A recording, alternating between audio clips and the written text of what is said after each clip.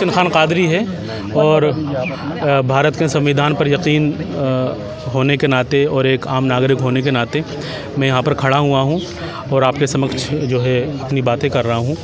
और इसी हैसियत से इस बिल का विरोध करने के लिए मैं और हम सब लोग यहाँ पर जो है हाज़िर हुए हैं।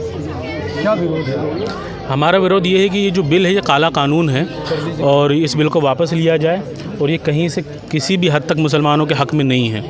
इस बिल को वापस लेने की ज़रूरत है और जो है मुसलमान जो है परेशान है, आक्रोशित है, तो उनकी भावनाओं को समझा जाए, उनकी आस्थाओं को समझा जाए और इस पर दोबारा से विचार किया जाए। किस तरह का विरोध है आपका यहाँ?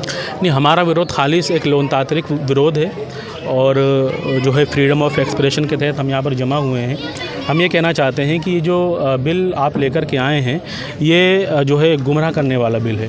इसमें सबसे जो बड़ी बात है वो ये है कि एक मुसलमान जो भी नया मुस्लिम हुआ है वो 5 साल तक अपनी प्रॉपर्टी अगर वक्फ़ करना चाहता है अल्लाह की राह में तो वक्फ़ क्यों नहीं कर सकता।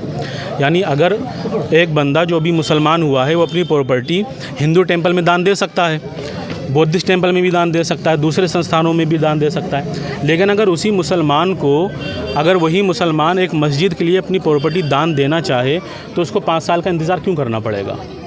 और फिर 5 साल के बाद आप कह रहे हैं कि उसको साबित करना पड़ेगा कि वो मुसलमान है, तो कैसे हुआ, क्या हुआ, उसको साबित करने की क्या ज़रूरत है। अपने ही देश में रह करके फ्रीडम ऑफ एक्सप्रेशन पर कदगन लगाने की आपको क्या ज़रूरत पड़ गई है। तो ये ख़ास तौर से इस पर और इसके अलावा जो लोग अति उत्साहित हो रहे हैं इस बिल को लेकर के, ख़ास तौर से मुस्लिम समाज के कुछ लोगों को जो गुमराह किया जा रहा है या वो जो आवाम को गुमराह करने की कोशिश कर रहे हैं, उनको अति उत्साहित होने की ज़रूरत नहीं है। वो आवाम को गुमराह ना करें किसी भी सूरत में।